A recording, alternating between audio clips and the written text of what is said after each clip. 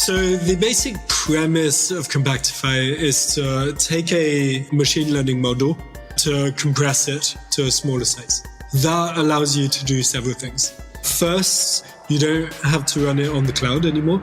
And this is good because now you can guarantee that your information isn't leaving your secure premises. Large language models are, well, large. Forget Bitcoin and recharging EVs. The grid could be toppled by powering AI in a few years.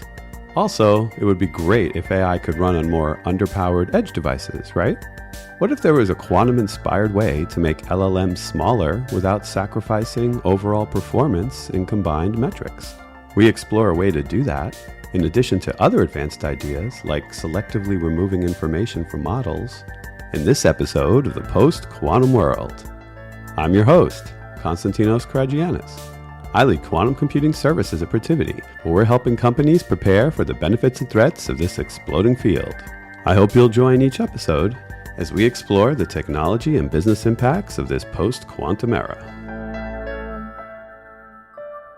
Our guest today is the CTO of Multiverse Computing, Sam Mugel. Welcome back to the show. Hey, Konstantinos. Thanks for having me again. Yeah, it's been like 3 years. This is fun. But since you've come on, I've had the pleasure of partnering on project work with you and the team. So that was great. And I thought it'd be a good opportunity now to let listeners know about some of the exciting new things you're working on in quantum and even in AI, because obviously everyone loves to talk about that too. So a few months ago, you and your team published a paper called Compactify, that's compact if with an AI at the end, extreme compression of large language models using quantum-inspired tensor networks. It's a great title, very clear, and kind of wonderfully telegraphs what we're going to talk about today. So let's go through it a little bit. Large language models are, as the name says, large. And only getting larger. Can you describe some of the challenges today and tomorrow that we might face with large language models and what you're hoping to accomplish with Compactify?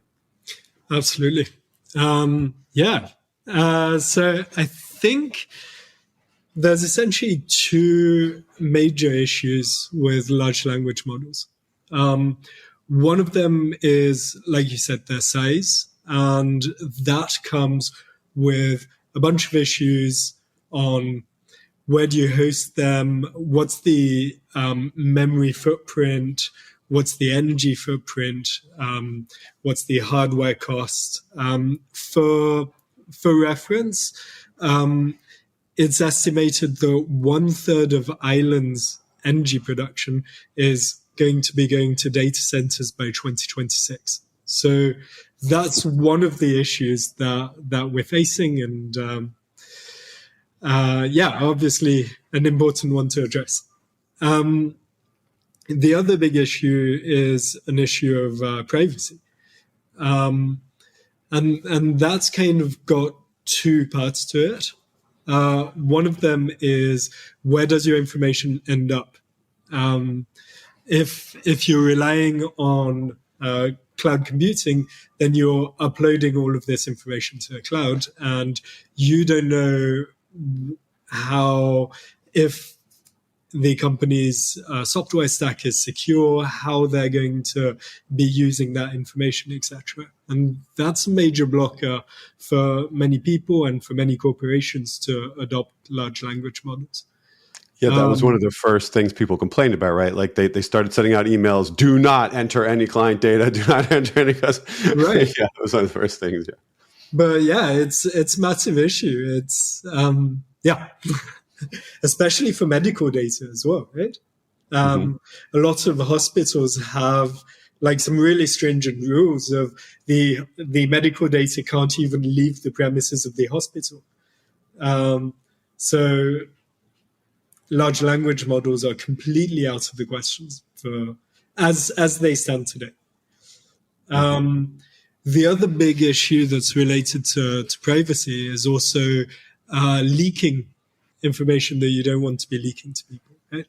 I actually did this test on a big platform and said, give me an image of Mario, and it said, oh, we can't give you that. That's copyrighted.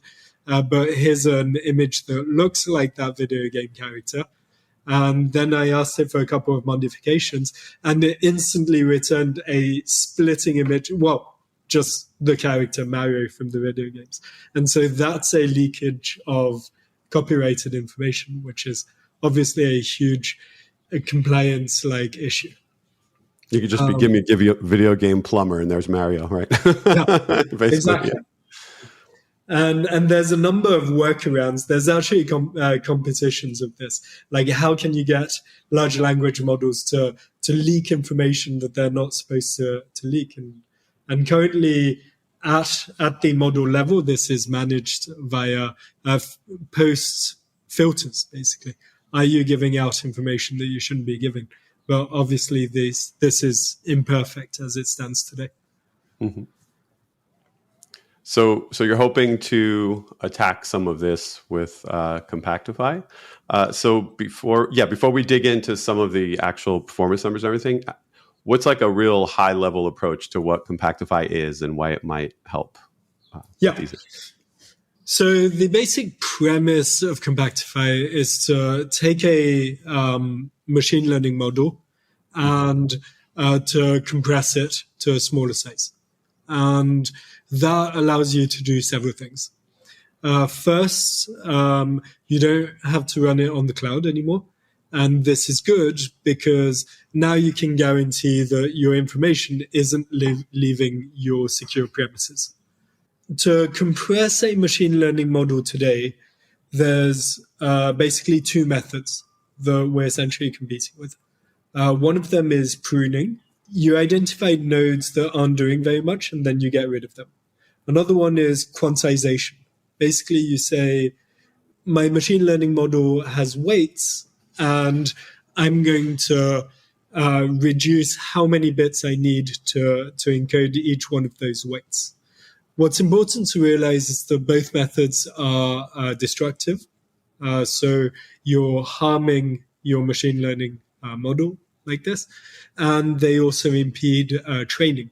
So it's harder to train a machine learning model if each of your weights are encoded just on one bit. So tensor networks are a method that was developed in deep physics to describe the quantum world. And when we use them to reduce the size of a machine learning model, essentially we're going to produce each of our layers on a new basis and then order all our weights in terms of which ones are the most important to the least important. And this is very similar to principal component analysis, which is a classical machine learning approach, basically. And then we're going to do basically a pruning approach and discard the weights that are the least important, but in this new projected basis, if that makes sense. And in doing so, we're going to remove all our trivial degrees of freedom.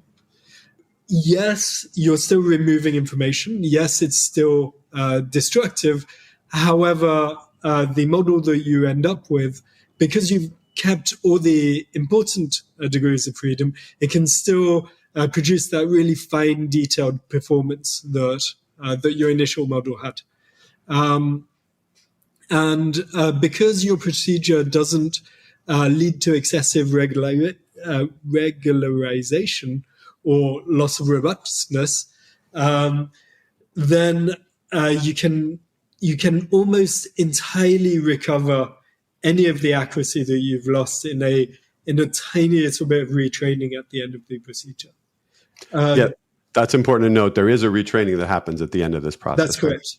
Right? Yeah.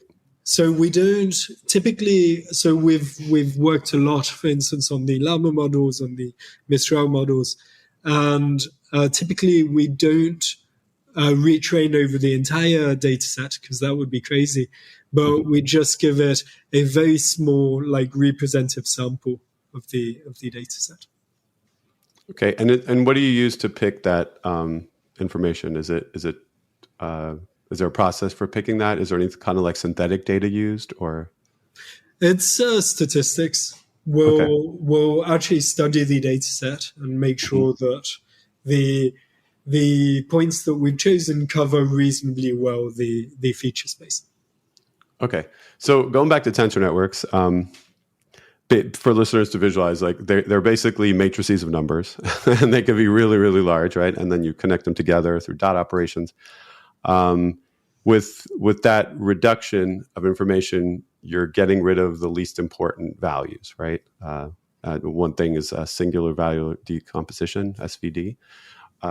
So what kinds of reduction can you do without impacting performance?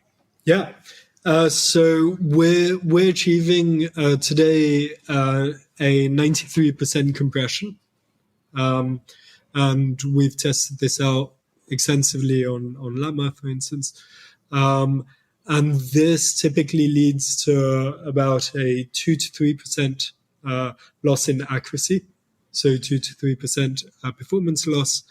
And also interesting, we achieve a 25% inference speed up.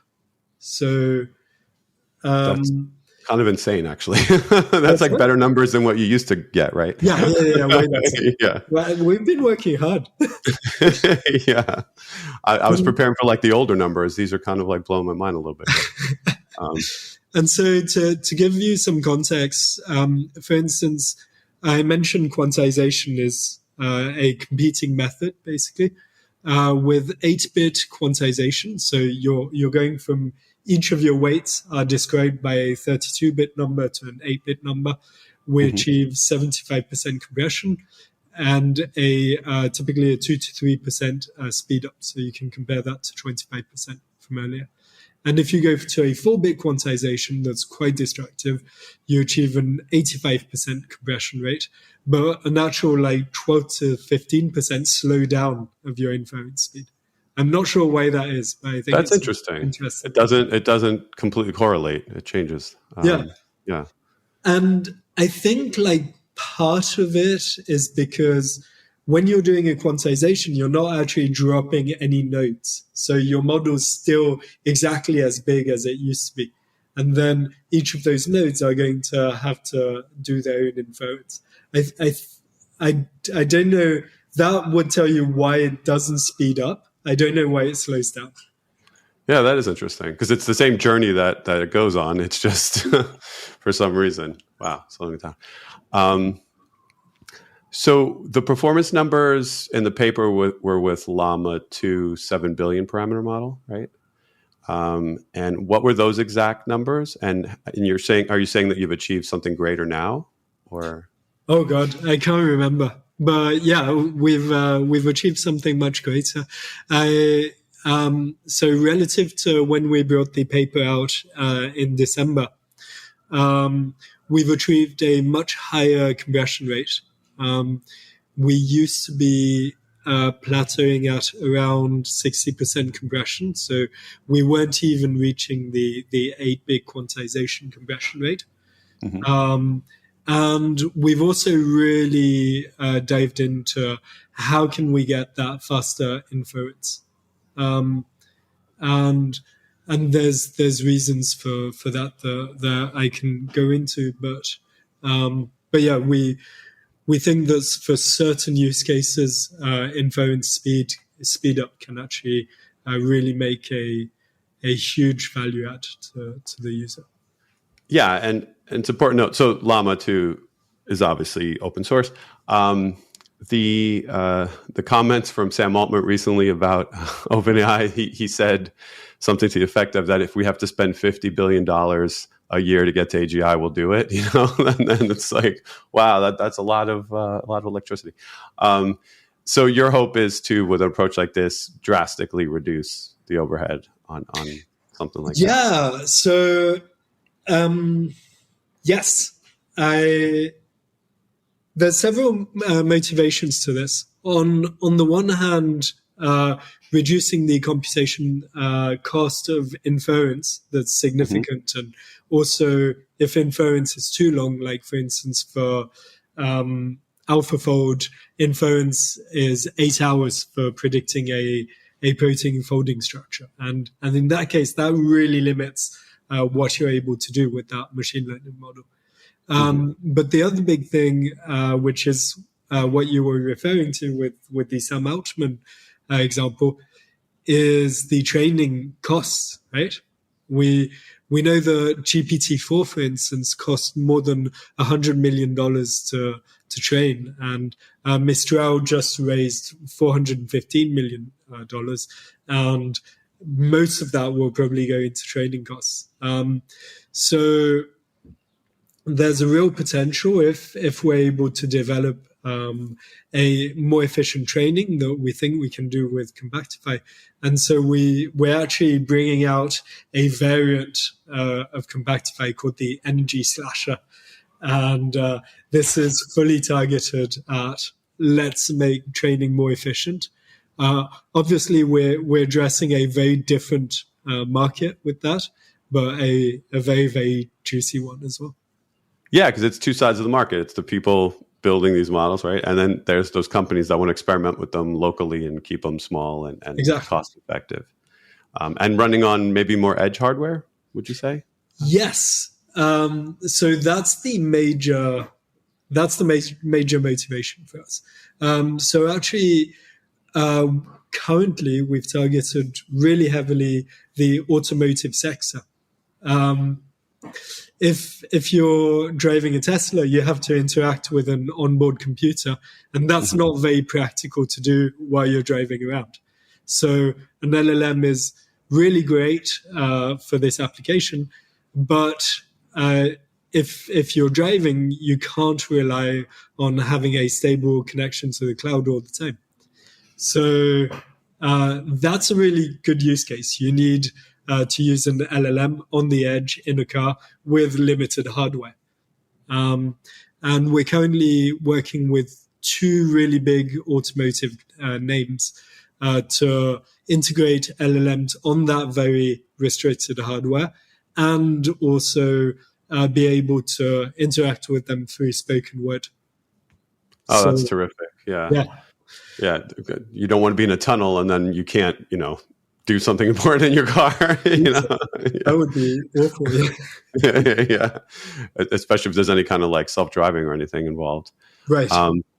So and just to build on that. So that's our short-term market. We're really targeting automotive, but longer term, our dream is to bring out a drive essentially with an LLM baked into it, and then anyone that has a machine that they want to support LLMs on the edge can just plug that drive in, and now your machine supports LLMs basically. Wow! Yeah. And it stays on the drive. It becomes like a USB-C or whatever interface, and it just runs. Yeah, and if you want to upgrade the model, then you buy the next generation of the drive, basically. But there's so many advantages to this. Like if you're Tesla and you want to have an LLM in each one of your cars, you don't want to worry about which LLM should I support, which hardware do I need. Like all you want to do is to buy a drive and put it in your car. That's a great idea. Wow. I didn't even know about that part. That's really cool. So let's talk a little bit about explainability. That's one thing that comes up a lot in any kind of AI.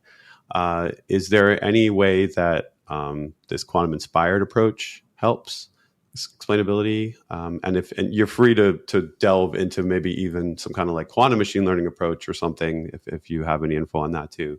Just what'll help this ability to, just for listeners, let's say you're a company that has to make a decision on whether or not to give a loan or something. The machine spits out no, then you have to tell the person no, and they're like, why? And you're like, because the machine said so. So that's explainability in a nutshell, basically. Yeah, so that's a really good question. The explainability is probably the main roadblock for most corporations that are looking to adopt AI today, especially in client-facing applications, like you said. I think today there's two major ways in which people tackle explainability. One of them is you say, I'm not going to give you a loan because I believe that there's 60% of a chance that you're not going to pay me back. So essentially, how confident is the model in a prediction? And the other major way is feature analysis, basically. So which feature or which combination of features led you to believe that that you're not going to pay the loan back, right? Okay, well, maybe one of the features is you have a history of defaulting on loans, and in that case, I'm like that would be why the model said, okay, there's a high probability. Sorry, Konstantinos, I'm picking on you with this example. Yeah, what'd I do? Great. So now where does tensor networks come into all that? So the confidence part is generally fairly easy to address. Like a lot of classical machine learning models will give you that for free. The feature analysis part, not so much, especially if you're dealing with a neural network where how the predictions relate to the input features is a lot more difficult, basically. Here, tensor networks can provide certain advantages because you can actually, like I said, at the model level, you're projecting onto a new basis of states. At the model level, you're projecting onto a new basis, and you can choose that basis to be aligned with your model features. And in that case, you can really follow through, okay, which particular feature is highly represented in which node, and which node has contributed to a specific decision, if that makes sense. Yeah, and you can even drop ones that don't generally contribute, right? Exactly. And so you can, yeah. So it allows you to drop trivial features. It also allows you to identify which features are contributing to a decision. And there's actually really interesting ways to identify contributions, correlations as well. So you can see that two features together are really driving a particular decision. Like, for instance, in a cybersecurity application, okay, Konstantinos, I know that you usually connect to your computer, so that there's no flag here. However, I'm seeing that you're connecting from Brazil at 2 a.m, and that's not consistent with your usual behavior, basically. Yeah. And would you say that being able to identify those correlations would help prevent bias? They'll kind of stand out in any analysis that way? Yes. One situation that we really don't want is, for instance, I refuse a loan to a person because of the color of their skin. And that's where it's really, really important as well to have that feature analysis to say, okay, model exactly what's driving this decision. And if there are racial biases or things like this, then we need to dive in and eliminate those, basically. Yeah, it's important to get that right early. Yeah, definitely. Yeah, I appreciate that answer. Yeah, no, I appreciate that. I just wanted people to understand what goes into the explainability aspects and what types of things you could look for and correlations you could draw. So that's helpful. Yeah, because bias is a big issue, of course, and then just really that black box approach. You know, for years we keep hearing people saying we look at hidden layers and we don't know what they're doing. It's like, well, that doesn't make people very happy. You know, they want to know what's happening. So it's that tough. definitely. It's really tough, and machine learning models are increasingly omnipresent, right? And and neural networks in particular, and neural networks are extremely hard to explain. Yeah. So we have to take a little bit of the magic out so we can have them actually work as we'd like them to. So I heard a rumor that Compactify is going to be open source in some way. Can you cover that approach? Yeah, So that's still a big open question. We started out very, very excited to wanting to make it open source. And now we're not so sure anymore. I think we've had some backs and forths over who consumes this. Are we selling the compression, or are we selling the compressed model? Things like that. And I think we're not entirely sure yet. Okay. Let's say we've taken some decisions over how we want to commercialize this. However, we're still not sure if making it open source is going to be a channel to that business model, basically. Yeah, I was curious, like when Zuck talked about making Llama, with open source, what he envisions in the future. There are some benefits to it, right? Distinct groups can make it their own. They can model how they need to, and they sort of also take some of the threat. Also, they take on some of the risk, rather. If it gives out bad data, well, that's on them because they tweaked it the way they wanted to. But again, how do you commercialize that? How's he going to make money off of that? Like, what kind of offering could they make as an easy on-ramp for companies? So I was curious how you were going to do that. And there's some massive benefits. We're quantum computing experts. We're not IoT or edge computing experts. And so we've got our ideas and biases over and hopes over where this fits into the market and who the buyers are. However, it's very tempting to say to a community, here's a thing we developed. You guys go ahead and like see what it can be useful for. And then hopefully let us know afterwards. Or if you make a lot of money off of it, give us a bit of it. So that's very tempting. And the hope would be that's really where we would be coming into open source from, would be, okay, let's learn from our users and let's maybe they'll discover some really cool stuff that can be done with this. So I'll say we're definitely still toying with the idea of maybe going down the way that Mistral did. So to make our first models open source and then later models not open source, only available via API. Actually, that wouldn't work because we're doing edge computing. I'm not entirely sure how we'll do it. Yeah, no, it makes sense. I get it. We have to remember what phase we're in, right, of quantum computing sometimes. Like we don't want to stifle innovation. We're still very much in the 90s dial-up internet days. So we want to make sure we get to mobile apps. Like we don't want to squash it here. Are there any other, and we don't have to make this all about AI, but are there any other AI related quantum projects on the horizon since we've covered this topic? Like, because that was quantum inspired. So is there some other approach to? Yes. There's a really exciting thing that we've been working on. So you already said we already said with the explainability part, the tensor networks really allows you to analyze that information content of your model and analyze the different features. And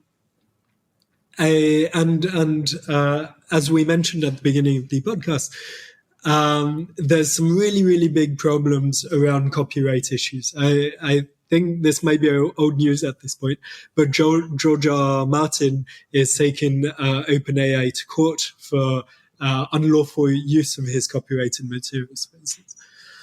And so the standard method to avoid this is let's use post-selection on these models and avoid leaking copyrighted information, and that doesn't always work very well.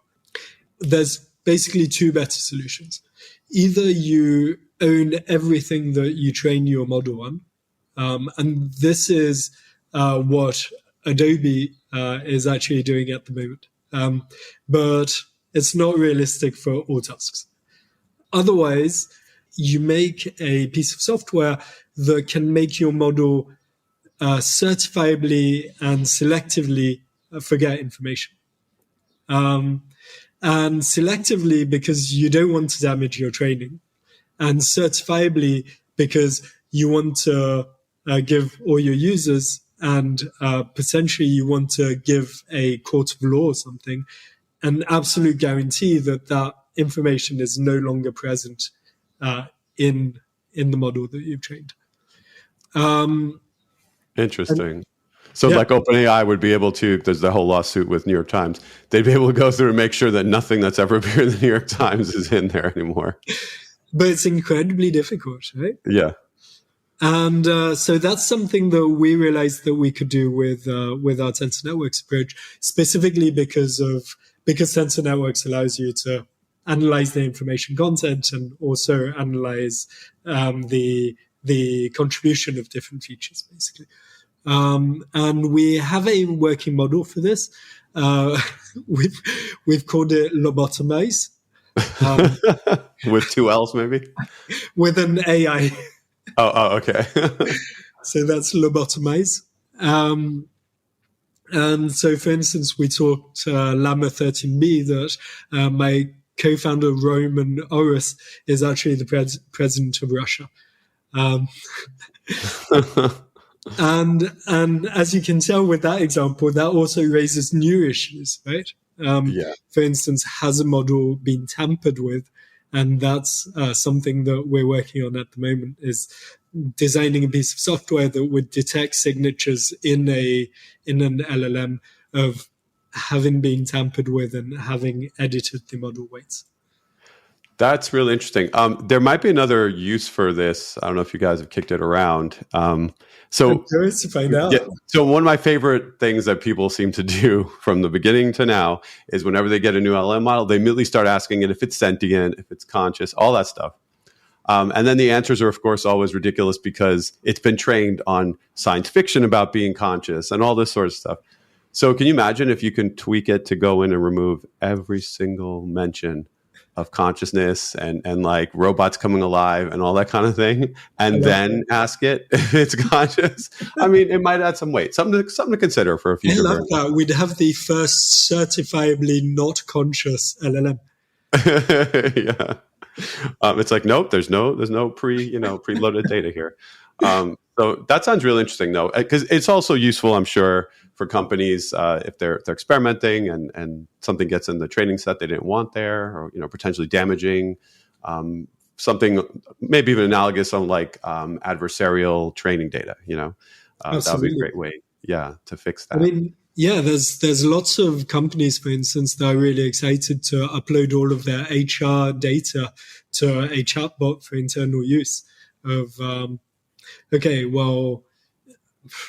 how to manage that data. And like, obviously it's textual data, so it would be so efficient and fantastic to be able to manage it via an LLM. But that cannot start leaking private information about social security numbers, like salaries and bank account numbers to the rest of the company, right? Yeah, it gives you a way to fix things that come up in red teaming, perhaps. Like you're red teaming your AI, you come up with something really devastating. Well, just go in and lobotomize it, right? Right. It's possible. Yeah, it's a great approach. Love it. And are you doing any other new kind of quantum machine learning maybe approaches or anything? I guess we end up staying on theme that way if there's anything like that on the horizon. Right. Okay. So all of this stuff that I've discussed so far is quantum inspired, which is essentially classical. We've taken a lot of ideas from quantum computing on how to process the information, but our entire workflow still takes place on CPUs, on GPUs. We do have some more forwards-looking. Maybe what I should say is that tensor networks for us is an ideal bridge until we get to full quantum error correction, etc. So we've been using it heavily as an intermediate technology. However, as quantum computing scientists, we know that at the end of the day, quantum always wins, right? Once we have that full at-scale error correction, then that's always going to be able to do stuff that tensor networks just is not able to do. Yeah. And so we've still got a big chunk of our company that's working on more forwards-looking applications. Pure quantum machine learning applications. Here we're targeting mainly machine learning, so not neural networks.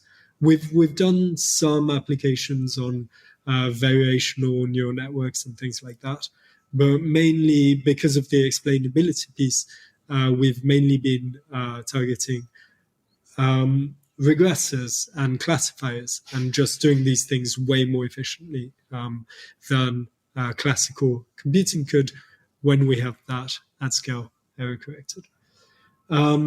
Another big thing that we're working on at the moment is how do we translate those gains from tensor networks onto quantum computers when those become like competitive, basically. Mm-hmm. And there's some extremely interesting things that you can do, especially in the realm of encoding classical information to a QPU, which is obviously a big open problem, big open and limiting problem in quantum machine learning. And tensor networks can really help you with that. It feels like a bidirectional possibility, but it's challenging, right? Like if you were to take a quantum circuit, you could turn it into a tensor network 100% of the time, right? You can always do that. And then you have to worry about contracting it and all that good stuff if it becomes very large. But how do you take just a tensor network and then turn it into a bunch of gates? And that's tricky. Yeah. Yeah. Hopefully there's something there that makes it possible that I'm missing, but yeah, it sounds pretty challenging. Mm-hmm. That's exciting stuff. So it's tricky. There's recipes to do it, but it's definitely tricky. And the great thing is, okay, well, if you're able to encode your data via tensor networks, and then you have an efficient recipe to translate that to gates, then now you have an efficient and optimal recipe for encoding your data to a quantum memory, for instance. Yeah, it's like a direct path forward to whatever you manage to accomplish in the tensorization of, let's say, a neural network. It can now just be moved over.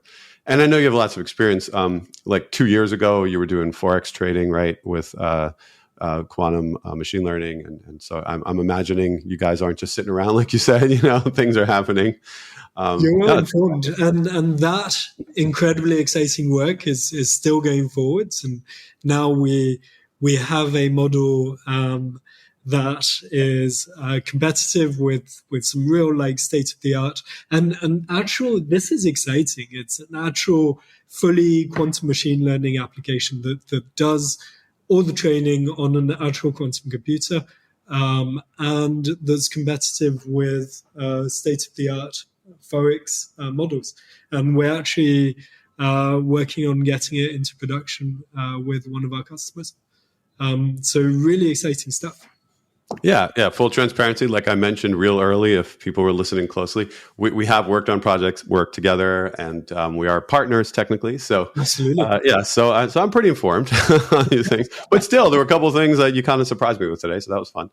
So I hope we get to work on some of this again in the future. That'd be really great. That would be amazing for someone who wants to bring this to or even pre-production, but kind of a close level.